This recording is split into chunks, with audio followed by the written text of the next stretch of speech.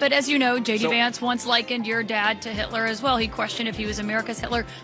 It's very simple. You're a nasty person, I'll tell you. What's up, guys? Your boy Benny. We're big fans of Don Jr. He's a friend of the show, but he's not a friend of CNN or MSNBC. So when we see that Don Jr. is booked on those networks, we tune in. The reporters who do the interview kind of sit like this the entire time. I'm in danger. Chuckling. This is exactly what happened last time Don Jr. went on MSNBC. From the floor of the Republican convention. Oh, man.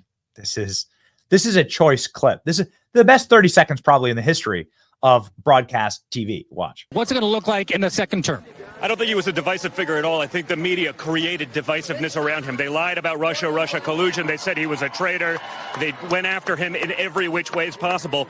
If the media actually starts being an honest broker, talking about the things that he did, the prosperity he brought, the peace deals that he signed around the world, rather than the disaster that we're living right now, I think you'd do everyone in the country a big favor. I know immigration's important to him. I covered the family separation crisis closely. Will we continue to see policies like separating 5,000 children deliberately from their parents? You mean the Obama administration? You know they didn't do that, sir. Okay, sure. Will there be a second family separation policy? It's MSDNC, so I expect nothing less from you clowns. Even today, even 48 hours later, you couldn't wait. You couldn't wait with your lies and with your nonsense. So just get out of here. Masterclass. Guys, when we see Don Jr. is going on CNN, we say we're going to tune in. We need more clips like that. This is how all Republicans should actually treat the press. So all Republicans should treat the press. Next time they do that, Don Jr. should look directly down the barrel of the camera and go, are you talking about the hundreds of thousands of sex trafficked children that Kamala Harris and Joe Biden have opened up our borders for? Just do it. Just do it. See, the Border Patrol say 400,000 children have been lost somewhere. Who knows what's happening to them? Hope they're not at the Diddy parties. Luckily, that guy's in jail. Maybe someone's going to get locked up after this next CNN interview. Don Jr. tense post-debate exchange with CNN's Caitlin Collins. Radicalized people trying to kill my father. Uh-oh. Spaghetti-o. Okay, so here's what we got. We got Caitlin Collins with Don Jr. live backstage after the VP debate. Now, you might think this is going to go off the rails, but actually, Don Jr. does such a sharp job here. The conversation turned sour when CNN anchor asked former President's son, should we see more of that on the debate stage when your dad's up there talking about civility? Don Jr. made sure to have the clap back ready. Itself. It was very civil. I mean, they acknowledged when they agreed, they gave each other the benefit of the doubt. Should we see more of that on the debate stage when your dad's up there? You know what? I'd love to see that across the board. Sometimes the political climate isn't that much. We've all heard about Trump derangement syndrome. We've seen what they've lied about to my family. I was an agent of Russia, but Hunter Biden's laptop was totally Russian disinformation. Turns out the opposite was true. The media did that. They created so much of that environment. The media has radicalized the people that are trying to kill my father. I've had to deal with that twice now in the last 2 months. I've had to have that conversation with my 5 young children twice in the last 2 months about someone trying to shoot their grandfather. That didn't just magically happen. That's not him. That's a media-created fake Russia scenario. They ran with it for years. Even when it was disproven, they still ran with it. That environment wasn't just created by Donald Trump. Okay, but can I say, you can't blame, and everyone wants your dad to be safe. No one wants the threats against his life to happen, but you can't blame the media for those threats. There's been no evidence that's what drove those. And allows people to have a platform to call someone literally Hitler every day for 9 years, it creates it. Okay. Whether you want to believe it or not, that's a fact. But as you know, JD Vance once likened your dad to Hitler as well. He questioned if he was America's Hitler. But I want to talk about the debate. Spicy. A spicy meatball.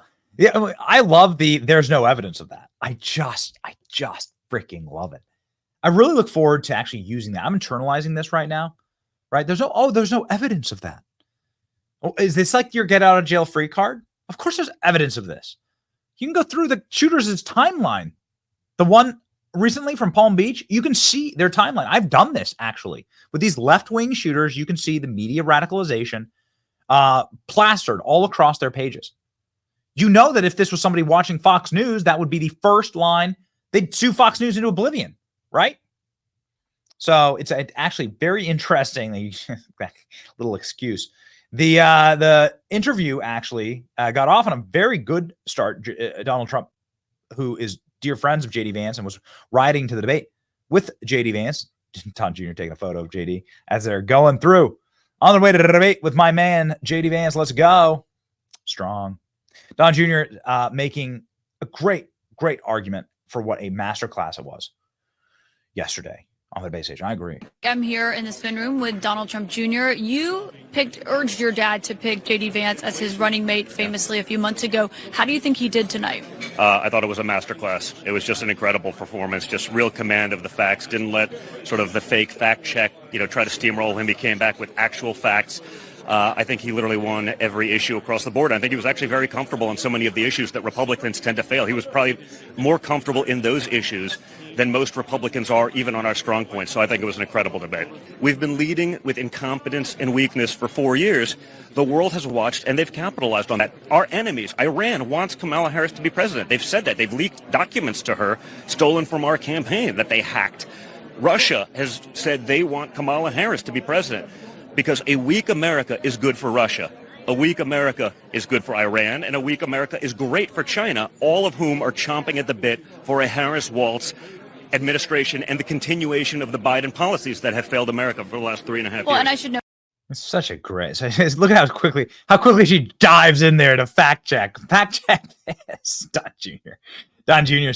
sharing memes last night, dropping bombs, sharing memes. Trump, Vance, 2024, not friends with school shooters. Friends with school shooters. I've seen it. Look, the NRA become friends with school shooters. I've seen it. Look, the NRA become friends with school shooters. I've seen it. Look, the NRA.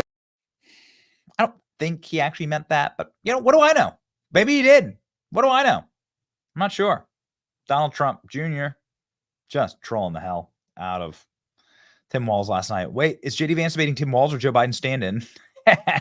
Posting a photo of Tim Walz's family member at a Donald Trump victory party. Amazing. Incredible. Of course, fake news hacks at CBS are only fact-checking JD Vance after they publicly promised they would not engage in their BS fact checks. Walz already begging to change the subject after talking about the economy. LOL. How many public school teachers like Tim Walz can afford to go to China 60 times unless, of course, they're on the CCP payroll? Ooh, Don Jr. JD Vance just turned the tables on abortion. It's better. He is better on our toughest issue than most Republicans are on their best issues. I told you so. By the end of this debate, I'm pretty sure that Walz is going to vote for JD.